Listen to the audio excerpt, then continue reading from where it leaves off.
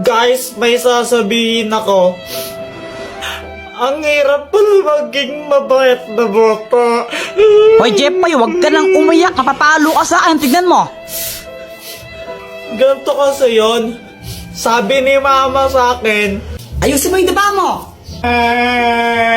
Pasaway ka kasi, pasaway ka. Ang batang mabait, hindi napapalo sa puwet, tandaan mo yan ha? Opo. Kaya simula nun, nagpakabait na talaga ako. Tumutulong na ako maglinis ng bahay. Mama, tapos na ako magwalis. Mama, naubos ko na po yung gulay. Aba, Jepoy, very good ka na ngayon ha. O sige, pagpatuloy mo. Kumakain na rin ako ng gulay kahit ayoko ng lasa. Tapos natutulog na ako tuwing hapon. Sip-sip. Buti pa si Jepoy mabait na bata o tutulog ng hapon, sumusunod. Ikaw, Jonah, matulog ka na rin. Mama, ayoko. Oh, pasaway na bata ka ha. Tinuloy-tuloy ko lang yun hanggang sa isang araw.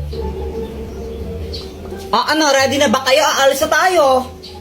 Mama, si Kuya Jepoy tulog pa eh. Mukhang mahimbing ang tulog ni Jepoy eh.